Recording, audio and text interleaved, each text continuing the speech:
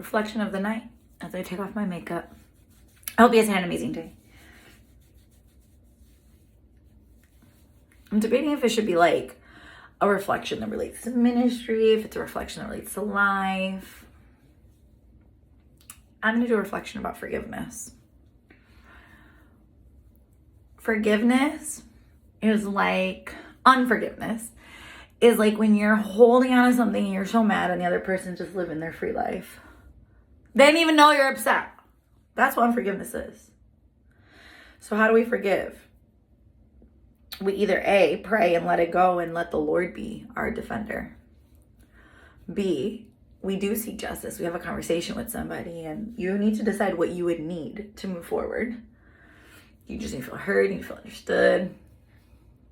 And sometimes you can't control what you get. But the number one thing you need to do, make a decision. Make a decision that you're not going to be walking around carrying the burden of that, because that's not yours to carry. For me, I assume that the other person didn't intend to do that. Like, it even says in the Bible, Father, forgive them for they do not, God says, forgive them for they do not know what they do. Like Jesus says it on the cross. Father, forgive them for they do not know what they do. He said that as he hung next to criminals and fools, okay? But don't be holding on unforgiveness, because literally you're the one taking the poison.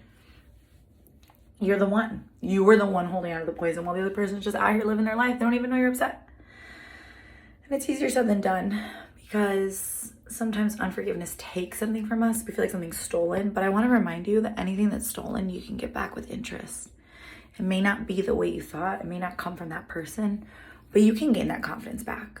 You can gain that security back. You can gain that money back by getting another job or somebody gifting you something. Anything lost can be regained. And that's another scripture you can reference. Anything that the locust, God will restore 100-fold what the locust took. That's my little reflection before I go to bed at night. Toodles. Hope you have an amazing night. Mwah.